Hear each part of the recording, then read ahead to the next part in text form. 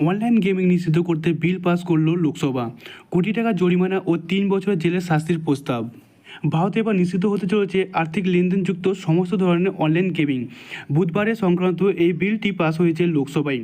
The promotion and regulation of online gaming bill 2025 নামের ওই বিলে আর্থিক লেনদেনযুক্ত অনলাইন গেমের প্রচারের উপর ভিত্তি করে জরিমানা বসানো প্রস্তাব রয়েছে। 130 নম্বর সংবিধান সংশোধনী বিল নিয়ে বিরোধী সাংসদের বিক্ষোভের মধ্যেই ইলেকট্রনিক্স এবং তথ্য প্রযুক্তি মন্ত্রী অশ্বিনী বৈষ্ণবের সংক্ষিপ্ত বক্তব্যের পরে ধ্বনি ভোটে পাস হয় অনলাইন গেমিং সংক্রান্ত এই বিলটি। বিজ্ঞাপন নিষিদ্ধ করার পাশাপাশি ব্যাংক এবং অন্যান্য আর্থিক প্রতিষ্ঠানগুলিকে আর্থিক লেনদেনযুক্ত অনলাইন গেমের জন্য তহবিল স্থানান্তর বা সহায়তাতেও বিধিনিষেধ জারির প্রস্তাব রয়েছে এই নয়া বিলে।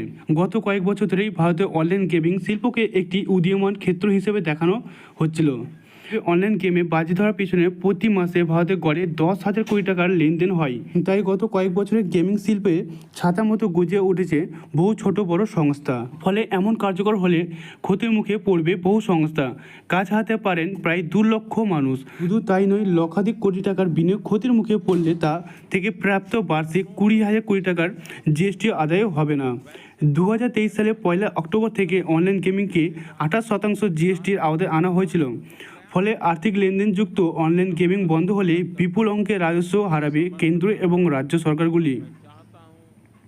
লোকসভায় এই বিল পাসের ফলে প্রশ্নের মুখে পড়েছে ফ্যান্টাসি স্পোর্টস গেমিং সংস্থাগুলিরও ভবিষ্যৎ।